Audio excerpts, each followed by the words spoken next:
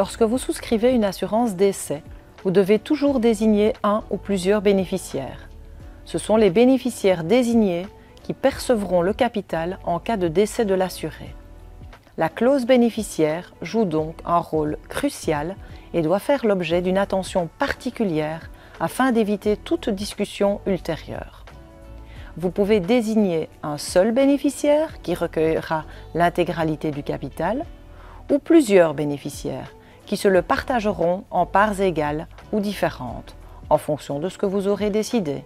Vous pouvez aussi désigner plusieurs bénéficiaires en précisant un ordre spécifique, de sorte que ce soit le bénéficiaire en premier rang qui recueille le capital.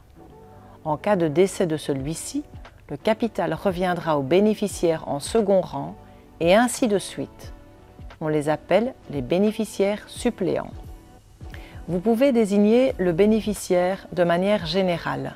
On parle alors de désignation générique. Par exemple, les enfants, le conjoint, les frères et sœurs. Cette désignation fait référence à une qualité. Mais vous pouvez aussi les désigner nommément. Par exemple, Jean Dupont, Pierre, Paul et Jacques. On parle alors de désignation nominative. Il est important qu'en cas de décès, le bénéficiaire soit identifiable. L'assurance décès est habituellement un contrat statique, mais la vie est une donnée dynamique. Il est donc utile de réexaminer la clause bénéficiaire de temps à autre et de prendre les dispositions nécessaires. Surtout s'il y a des changements dans votre situation personnelle, par exemple si vous entamez une nouvelle relation ou si la composition de votre ménage change, suite par exemple à la naissance d'un enfant.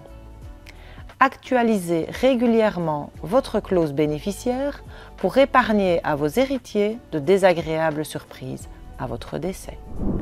Vous souhaitez en savoir plus sur cette matière ou vous avez d'autres questions capitales? Je vous invite à consulter notre site nn.be et suivez-nous bien sur nos autres plateformes.